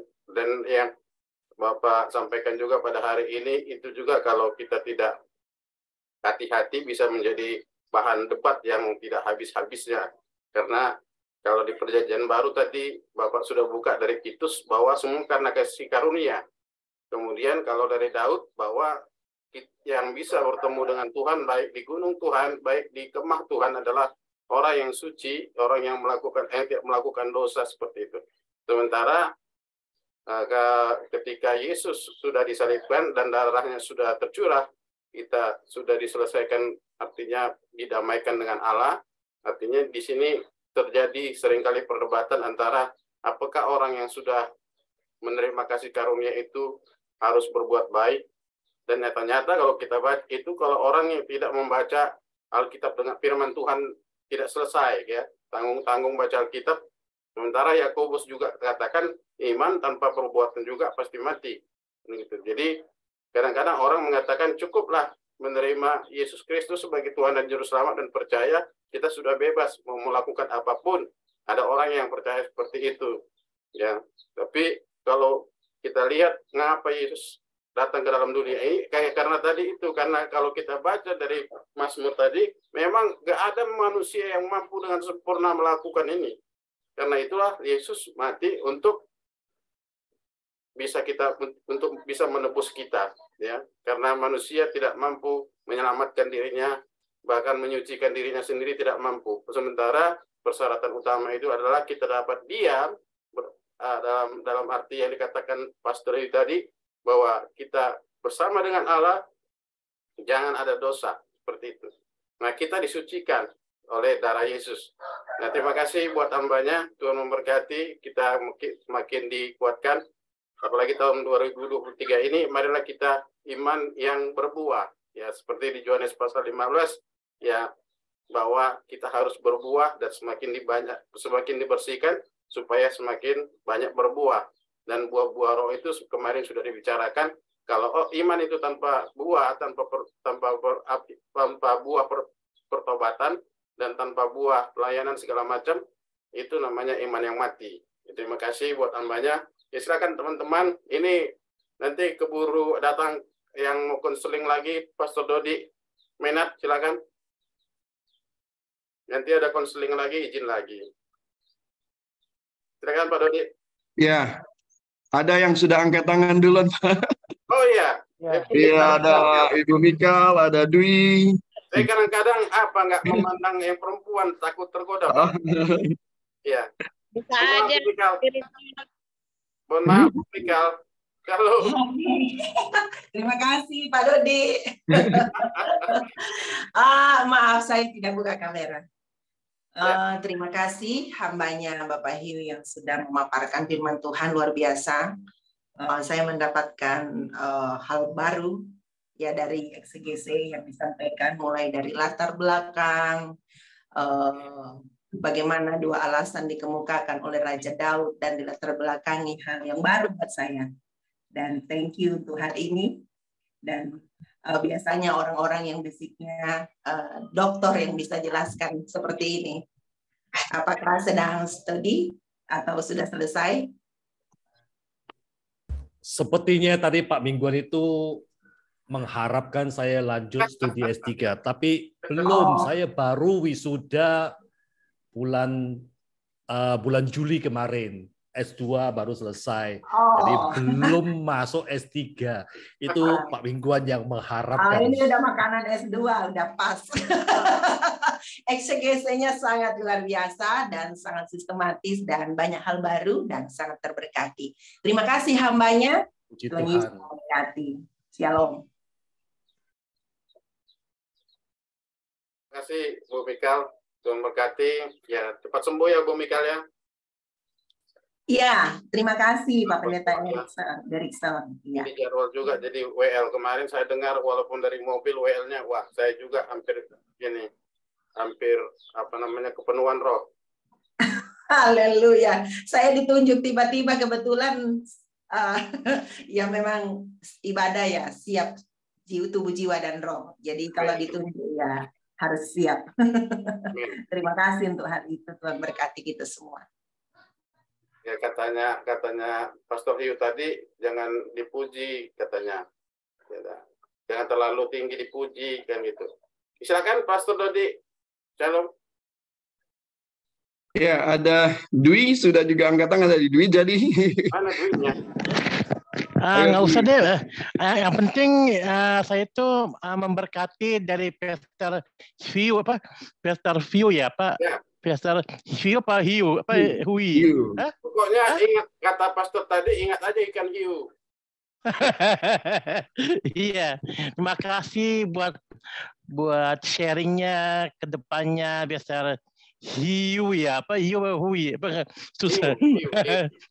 Hiu, kayak ikan hiu. Oh hiu.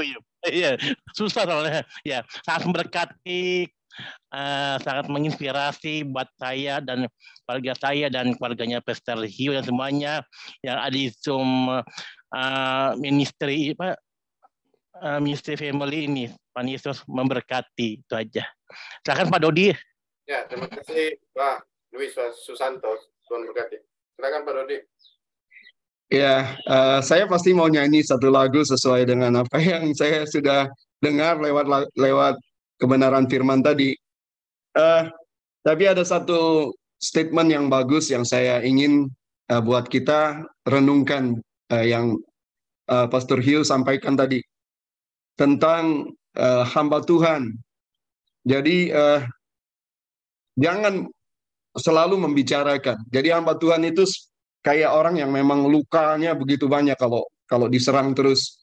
Yang artinya memang tak sadar nggak sadar memang posisi itu memang enak sekali untuk dibahas dan diserang. Siapa saja sih hamba Tuhan. Nah, sebagian besar kita pendeta di sini, ada ya sebagian besar. Tapi pertanyaan besarnya, apakah kalau bukan pendeta bukan hamba Tuhan? Apakah Dwi bukan hamba Tuhan? Jadi selalu ada dikotomi terus-menerus yang dibahas. Kalau membahas hamba Tuhan, ya kita konotasinya memang ada pastor, ada pendeta, ada majelis, atau siapapun juga. Padahal seharusnya tidak lagi kita menyatakan itu. Nah, saya ingin sekali bahwa di komunitas kita ini tidak lagi membahas kelemahan seseorang hamba Tuhan, dan kita dengan terang-terangan juga mengeksposnya di forum seperti ini. Karena siapapun, menurut saya, siapapun kita adalah hamba Tuhan, itu saja. Kita semua hamba Tuhan, dan kalau kita membicarakan hal itu, tadi ada satu kata lagi, bahwa kalau kita memang bisa klarifikasi, kita harus klarifikasi dulu, sampai kita mendapatkan kebenaran dari dua sumber, apa yang kita bicarakan. Kalau kita nggak bisa klarifikasi, dan kita membahas seseorang yang jauh di sana, bahkan kita kenal dekat pun tidak, gitu ya, itu justru tidak akan membangun kita menurut saya. Jadi ke depan 2023 ini satu kata itu sih yang saya sempat renungkan tadi, bahwa kita menjaga lidah kita, ya, karena itu akan mematikan sendiri akan spirit atau kekuatan roh di dalam kita, karena hidup dan mati manusia dikuasai oleh lidah, dan barang siapa menggemakannya dia akan makan. Jadi gema dan makan, ngomong pasti makan gitu. Dari apa yang kita gemakan akan kita makan. Ya, jadi ada satu lagu tentang sebuah ketaatan. Ketaatan ini saya sebelum menyanyikan boleh minta tanggapan Pastor Hiu tentang hamba Tuhan tadi, kelemahan hamba Tuhan ya. Saya senang tadi dibilang ada banyak panah, luka-luka panah yang ditembakkan terus kepada orang-orang yang sudah jatuh sebenarnya, yang harusnya ditopang dan ditolong. Silakan Pastor, saya Pak Derikson kalau diizinkan. Ya. Ya, memang itu fakta yang sedang terjadi dalam masyarakat di sini. Hamba, tanda kutip, hamba Tuhan yang punya jabatan pendeta itu sebagai sasaran tembak, sasaran gosip, sasaran fitnah, itu memang terjadi. Saya lebih senang seperti tadi saya katakan, kalau seorang hamba Tuhan memang melakukan kesalahan dan memang itu bisa dikoreksi, seharusnya kita bisa bertemu. Kan dari pastoral, kan dari dari Matius itu kan ada tata caranya bagaimana kita mengkoreksi seseorang. Bahkan dari 2 Timotius pasal 3 ayat 6 itu kan juga mengatakan semua tulisan itu kan bisa dipakai, semua firman itu bisa bermanfaat untuk mengajar, untuk menyatakan kesalahan. Menurut saya 2 Timotius pasal 3 ayat 16 itu tidak berlaku hanya untuk jemaat, tetapi berlaku juga untuk para hamba Tuhan yang punya jabatan. Jangan kita membiarkan, jangan kita mengizinkan khususnya gembala kita, para hamba Tuhan yang punya jabatan itu hidup lebih dalam lagi dalam kesalahan. Kalau mereka memang benar melakukan satu kesalahan, mari kita sama-sama mengkoreksi, sama-sama klarifikasi, sama-sama supaya kita ini bisa menjalankan hidup kita sesuai dengan keinginan Tuhan. Ingat, setiap kita ini menerima kasih karunia untuk melakukan perbuatan baik, termasuk memberitahu kalau ada orang yang melakukan sesuatu yang tidak sesuai dengan firman Tuhan, itu juga termasuk perbuatan yang baik. Itu aja tanggapan dari saya, Pak Tony. Makasih. Ya, izin saya nyanyikan lagu berjudul Trust and Obey. Ya, ini lagu lama. Bapak Ibu bisa nyanyikan sama-sama. Ada beberapa verse syair baitnya, tetapi mungkin cukup 2 bait ini ya. Kita bisa nyanyikan sama-sama. Ya.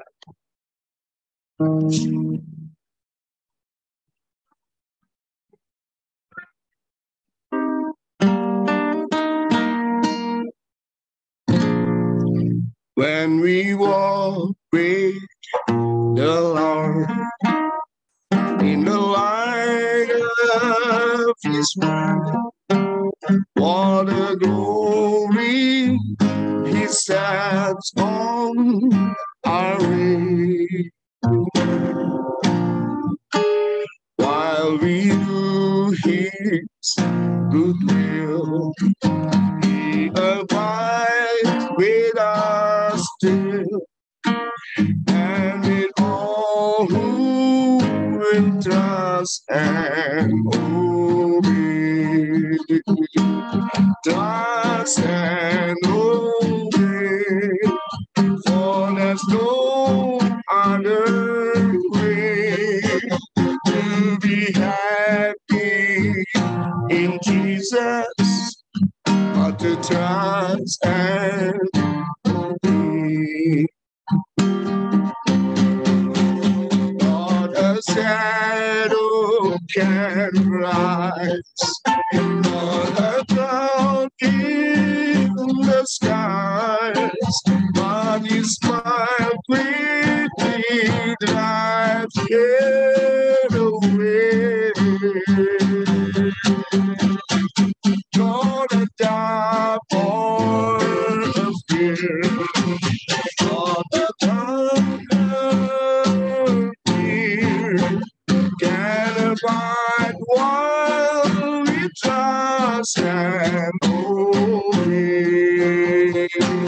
Trust and obey, for there's no other way to be happy in Jesus, but to trust and obey. Trust and obey. There's no other way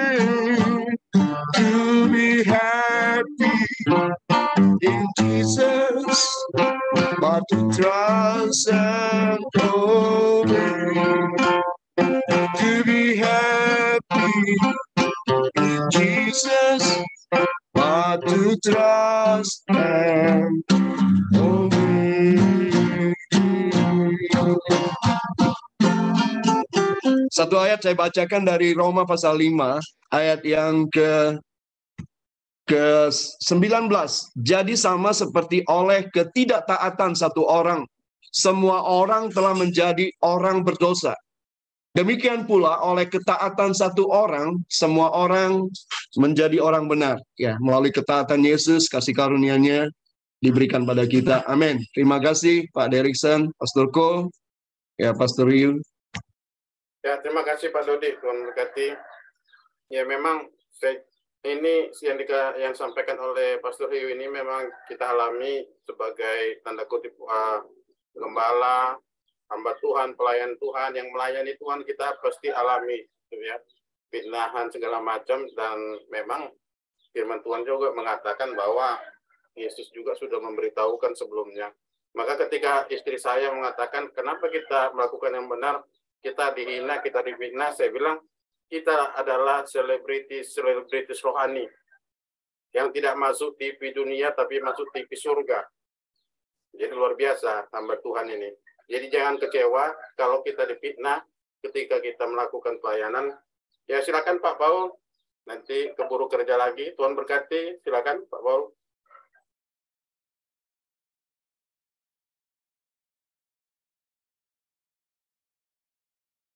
Mic-nya belum dibuka, Pak. Mic-nya. Mic-nya belum dibuka, Pak Paul.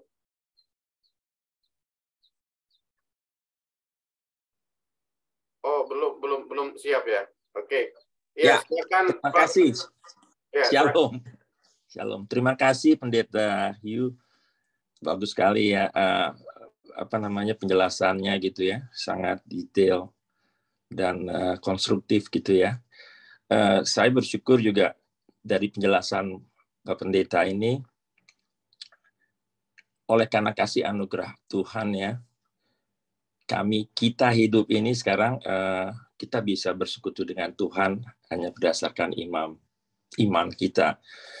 Kalau dulu harus benar gitu ya, kita nggak ada yang benar di hadapan Tuhan, kita ini berdosa, tapi karena tubuh dan darah Yesus di kayu salib, kita bisa dibenarkan olehnya gitu ya. Itu indah sekali gitu, memberikan spirit buat kita bahwa kita hidup dalam iman dan merefleksikan, implementasikan iman kita tuh dalam kelakuan kita dan kehidupan kita sehari-hari. Terima kasih Pak Hugh. Saya juga menanggapi Pak Dodi. Saya sependapat dengan Pak Dodi mengenai dikotomi, pemisahan itu. Sebetulnya pemisahan itu tidak perlu terjadi kalau kita menyadari bahwa kita adalah manusia yang biasa. Kita semua manusia yang berdosa, jadi kita nggak bisa memisahkan kamu salah atau kamu benar. Adjustment itu nggak perlu terjadi, gitu kan? Itu saya setuju dengan Pak. Tapi pada faktanya ini terjadi gitu. Saya percaya nggak semua hamba Tuhan itu mendapat tudingan. Karena saya percaya kalau kita menabur yang baik, kita menuai yang baik, gitu. Tapi memang ada aja orang yang selalu mencari kelemahan orang itu, gitu kan. Tapi itu kan tanggung jawabnya mereka, gitu kan. Yang saya bilang fakta tadi bukan isu, bukan apa, ini terjadi gitu. Dan ini yang harus kita di dalam persekutuan itu harus kita mengingatkan. Jadi gembala itu perlu mengingatkan jemaat. Pernah terjadi dikotomi yang besar di kehidupan di Indonesia. Saya di Belanda, tapi saya mengikuti semua perkembangan di Indonesia. Pada saat pemilihan umum, hamba Tuhan menyatakan kamu pilih. Itu jelas-jelas disebutkan orang yang harus dipilih gitu loh. Dan kalau kita lihat seorang hamba Tuhan besar berpolitik, itu membuat dikotomi sebetulnya secara nggak langsung atau tidak langsung membuat dikotomi. Jadi jemaatnya itu yang terjadi perpecahan di antara jemaat. Kalau ada yang pilih yang satu gitu, ini hamba Tuhannya gitu kan, itu dikotomi itu terjadi Pak. Dan ini kita harus jaga sehingga terjadi tudingan, terjadi adjustment. Adjustment itu keluar karena perilakunya sendiri gitu. Saya nggak mau ini dalam konteks saya bicara dalam konteks ya. Kalau dalam konteks yang lain saya akuin ya banyak hal-hal yang perlu menjadi berkat juga dari itu. Tapi pada saat hamba Tuhan tuh menjadi teladan, menjadi acuan, menjadi figur yang dilihat, yang diikuti oleh jemaatnya gitu kan. Setiap katanya itu biasanya tuh jemaatnya ngikut gitu loh. Nah, kita lihat hamba-hamba Tuhan banyak kan hamba-hamba Tuhan yang makanya media massa tuh bisa berefek baik, bisa berefek tidak baik. Karena itu langsung didengar oleh. Dan kalau sudah keluar di media massa, di sosial media itu susah untuk ditampung. Dan muncul dikotomi itu. Nah, dikotomi itu keluar dari seorang hamba Tuhan juga gitu. Ada beberapa hamba Tuhan terjadi polemik. Kalau kita lihat di media massa ya, di sosial media, di YouTube, terjadi itu perdebatan yang membuat akhirnya jemaat bingung gitu. Akhirnya keluar adjustment yang nggak perlu sebetulnya. Nah, saya berusaha untuk menjaga hati gitu ya, karena hati itu penting. Kita mendengar, kita melihat, kita mendengar. Kita bilang, oh udahlah, dalam konteks ini begini gitu ya. Tidak perlu mengeluarkan adjustment apalagi sampai berlarut-larut gitu. Kita berdoa aja, minta Tuhan bimbing, kita doakan hamba Tuhannya malah kita harus doakan supaya dikotomi itu tidak melebar, meluas gitu di kalangan jemaat. Itu yang saya ingin sampaikan gitu ya. Jadi saya setuju bahwa kita harus hati-hati gitu ya. Harus hati-hati dalam mengeluarkan pendapat, keterangan-keterangan yang kadang-kadang menghujat gitu ya. Itu kan nggak benar ya. Hamba Tuhan dengan hamba Tuhan saling menghujat itu nggak benar gitu kan. Jadi bukan yang saya buka ini, saya lihat dari sisi lain gitu. Bukan hanya jemaat saja menghujat hamba Tuhan. Hamba Tuhan dengan hamba Tuhan juga saling menghujat. Itu di media massa gitu. Ini fakta gitu. That is the fact gitu ya. The fact yang kita lihat sehari-hari gitu. Kan hamba Tuhan harus memberikan teladan. Nah, saya senang gitu ya. Ada diskusi ini, ada forum ini, ada fasilitas kita berkomunitas dalam kelompok yang kecil, dan ini penting sekali. Kita dikuatkan, ada beberapa pandangan-pandangan yang positif yang kita bisa ambil gitu. Nggak hanya ngomongin yang hal-hal yang rebis gitu, yang sampah yang kita mesti nggak perlu masukin dalam hati dan pikiran kita. Karena kalau kita sudah masukin dalam pikiran dan hati kita itu bahaya. Dan keluarlah adjustment yang nggak yang nggak bagus gitu ya. Itu yang saya ingin sampaikan. Terima kasih. Tuhan Yesus memberkati. Pak Paul, mungkin ada tanggapan dari Pastor Rio, ada tanggapan mungkin? Ya, saya terpikir Kisah Para Rasul pasal 11 ayat 26. Ya, coba saya buka dulu. Oke, ini Kisah Para Rasul pasal 11 ayat 26. Mereka tinggal bersama-sama dengan jemaat itu 1 tahun lamanya. Sambil mengajar banyak orang, di Antiokhia lah murid-murid itu untuk pertama kalinya disebut Kristen. Nah, saya merenungkan dari apa yang dikatakan oleh Pak Paul, apa itu Kristen? Kristen itu adalah sebutan untuk para pengikut Kristus. Pertanyaan berikutnya itu adalah apa itu ciri pengikut Kristus? Ciri pengikut Kristus itu seharusnya atau sewajarnya itu punya karakter Kristus dan kuasa Kristus. Begitu orang awam melihat orang Kristen, apa yang seharus mereka lihat? Saya rasa mereka seharusnya melihat ada karakter Kristus dan ada kuasa Kristus di kita. Sekarang kita juga perlu bertanya, kira-kira zaman sekarang, di situasi sekarang, di kondisi sekarang, orang awam melihat seorang pengusaha Kristen, melihat keluarga Kristen, melihat seorang hamba Tuhan Kristen, kira-kira dalam bayangan otak mereka ada apa? Nah, inilah yang membuat saya berpikir bahwa kita ini perlu membenarkan diri kita. Dan tadi saya memulai dengan mengatakan Mazmur 15 itu biarlah menjadi cermin untuk kita secara pribadi, tidak perlu mengatakan yang lain. Biarlah kita menjalankan perubahan dari diri kita. Sehingga pada suatu saat ketika orang awam melihat kita sebagai orang Kristen, sebagai pengikut Kristus, mereka akan melihat karakter Kristus dan kuasa Kristus ada di dalam diri kita. Itu yang saya harapkan, itu yang saya doakan. Terima kasih, Pak Derikson. Ya, terima kasih Pastor Rio. Ya, ini Ibu Messi mau melayani. Silakan Ibu Messi, Shalom. Bu Pendeta Messi. Ya. Shalom, Bu Messi. Ya, mungkin udah berangkat pelayanan. Silakan ya, Bapak Liman Handoko, juga dari Surabaya nih. Shalom, Pak Liman. Oh, shalom, Pak. Terima kasih, Pak. Surabaya, Pak Hiu juga dari Surabaya. Oh, salam kenal Pak Liman. Dari Surabaya, Pak Yu. Tolong dari mana, Pak Yu? Kalau bisa di Surabaya, alamatnya mana? Pelayanan Saya di di daerah Surabaya Timur, gereja saya di Jalan Panjang Jiwo Pemai, dekatnya STTII. Oh, STI. Punyanya punya Marantika, Pak ya? Chris ya, Marantika. Betul. Ya, Chris Marantika, almarhum. Ya, gereja saya dekat sana, tapi saya tidak berkuliah di sana, tidak sekolah di sana. Hanya gereja saya dekat dengan STTII. Gereja apa, Pak? Saya di GBI. Oh, GBI. Oh, ya. Sekolah di mana, Pak? Di Surabaya?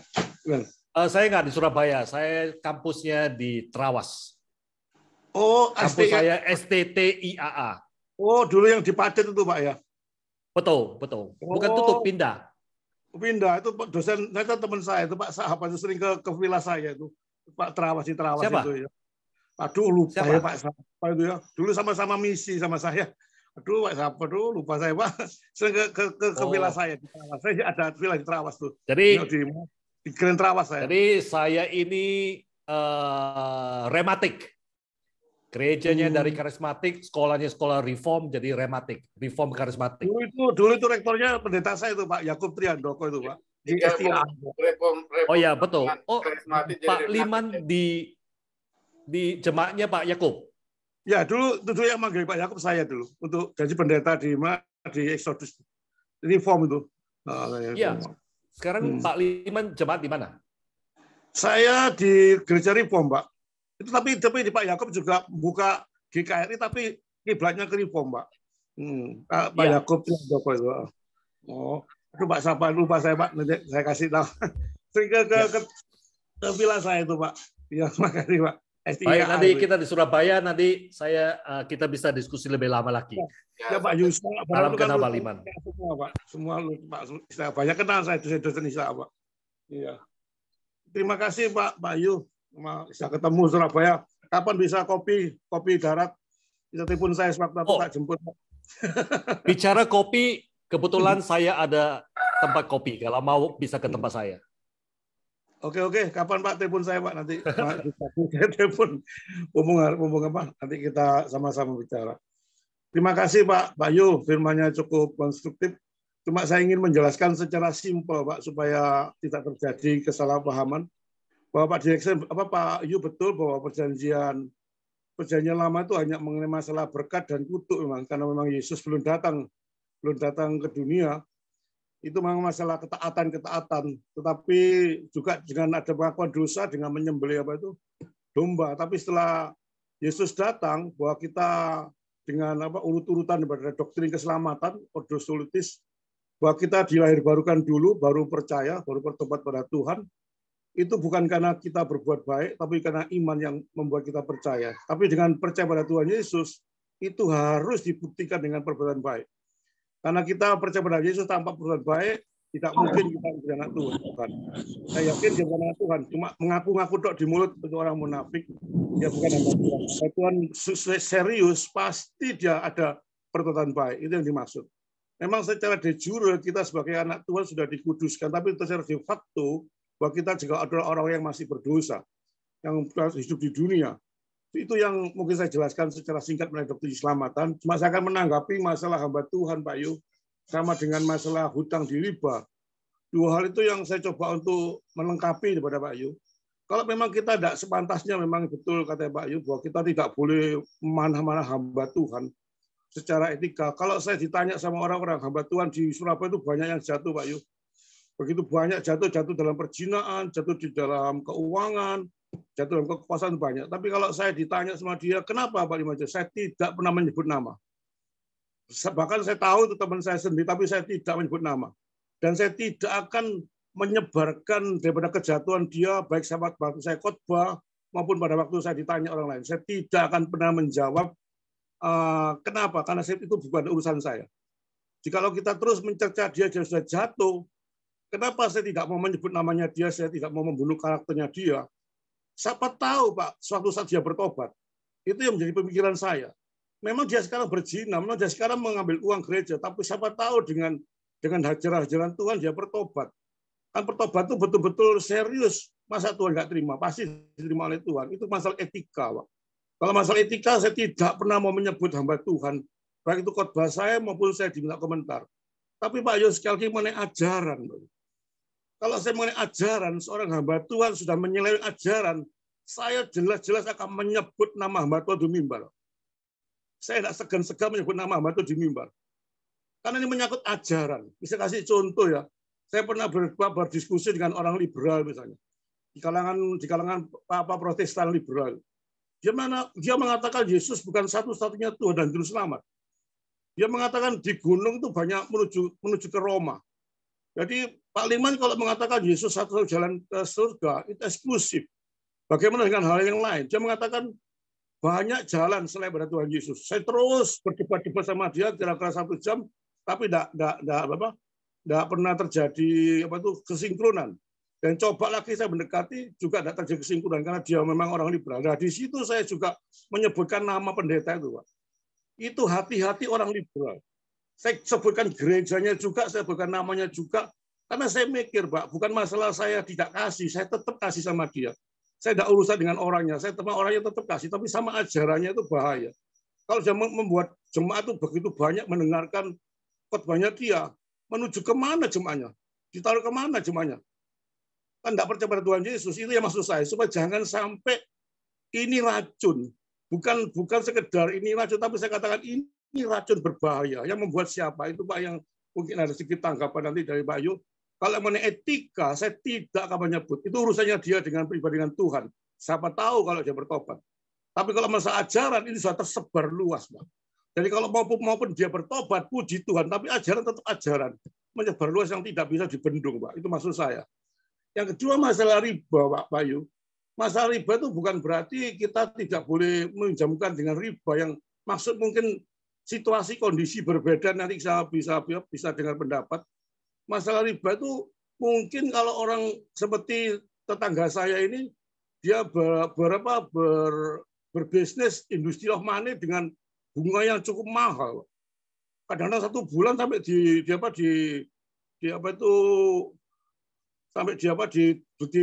bunga sampai 10%, 15%, itu yang maksud riba, Pak. Jadi satu standar bunga yang melampaui bank, dia sudah menekan orang yang butuh, ditekan sama dia dengan bunga yang cukup mahal. Itu maksud riba yang tidak benar, Pak.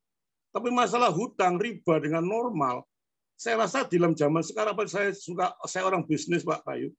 Dulu waktu saya kerja daripada palawija sembako itu, kalau musim jagung, saya butuh uang banyak itu, Pak. Saya butuh uang banyak untuk membeli dari petani. Dan itu butuh uang, Pak. Dengan uang saya sendiri pasti nggak nututi, karena begitu jumlahnya ratusan ton. Terpaksa kita juga hutang dengan teman saya. Itu saling satu grup di Kembang Jepun, di mana di Nyamplungan satu grup sembako, saling hutang-menghutang, Pak. Tapi juga bukan dengan bunga yang besar, Pak. Mungkin bank itu cuma 2%, kita pada waktu kita butuh betul-betul untuk perdagangan itu mungkin dikasih 3%, cuma selisih 1%. Bagi saya 1% tidak ada masalah karena saya dengan perputaran uang itu saya untung 10% lebih, Pak. Jadi masalah riba itu menyangkut situasi kondisi. Kalau orangnya butuh, betul-betul butuh karena keadaan ekonomi keluarga, ditekan sampai 10% itu masuk riba. Tapi kalau hutang dengan sesama pedagang misalnya, saling butuhan, kalau saya dulu kerja jagung, waktu panen jagung, saya hutang, kalau dia kerja tembakau, pada waktu panen tembakau, dia hutang saya. Jadi saling percaya, zaman dulu kalau hutang-hutang cuma pakai tanggalan, Pak, disobek itu cuma nulis. Karena integritasnya cukup tinggi zaman dulu. Sehingga saya rasa riba bukan diartikan tidak boleh. Satu lihat situasi kondisi tertentu, seperti ada perdagangan yang tidak makan terlalu banyak bank, karena dia juga hutang di bank dengan bunga 2%, kita pinjam sama dia, mungkin cuma 2,5 atau 3%, tidak melampaui daripada batas-batas penekanan. Saya rasa diizinkan, Pak. Itu dalam segi bisnis, saya cuma 2 pendapat itu yang saya lontarkan di Pak Yu. Bagaimana dengan Pak Yu? Dengan bisa diskusi di ruangan ini, kita saling belajar ya. Kita bukan pandai-pandaian, cuma ini pengalaman saya yang saya utarakan apa jadi suatu pemikiran gitu. Terima kasih Pak Yu, terima kasih Pak Direction. Ya, Kapan terima kita kasih. Jadi intinya Pak Pastor Yu, jadi memang kadang-kadang bukan orangnya yang membungakan uang, kadang-kadang orangnya yang membutuhkan uang, dan apa namanya, instansi yang memberikan pinjaman ini memang harus memberikan bunga. Apakah itu disebut dengan, nah ini diskusi, apakah itu disebut dengan riba kan gitu. Nah, kadar riba itu sebenarnya apakah yang ada persenannya, ada ukurannya, kira-kira seperti itu, Pastor Yu. Silakan tanggapannya, Pastor Yu. Ya, terima kasih Pak Liman. Memang saya setuju, ini bukan bicara tentang ribanya. Kalau Mazmur 15 ayat 5 ini, apa yang saya belajar ini bicara tentang mengambil keuntungan atas penderitaan orang. Tadi saya mengatakan sebagai ilustrasi, kalau ada saudara datang kepada kita dan perlu bantuan uang, bolehkah kita meminjam uang kepada saudara kita? Boleh, silakan meminjamkan. Tetapi jangan karena kita ingin meminjamkan uang dia, kita mengambil kesempatan. Kita memberi syarat. Ya,